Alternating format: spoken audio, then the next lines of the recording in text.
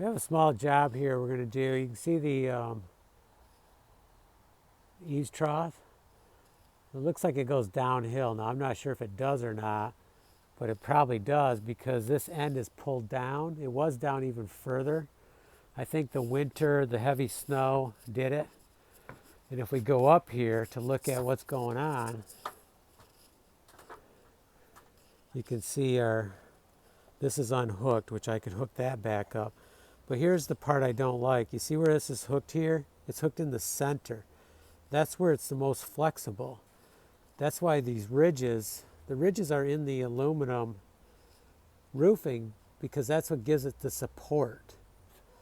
So we need to, and then you can see they did the same thing here, right in the middle. That's where it's the most flexible. So I'm not for sure that would help, but I'm pretty sure that this would do better if it was over here, right next to that edge. Yes, we're going to have a couple holes here, but we can always put some silicone in them or just put a blank screw in them. Either way should hold it. And maybe it should, maybe there's not much difference between this ridge and this ridge. So either way, we need to, I think, move these last two. And then while we're up here, we're going to clean this out.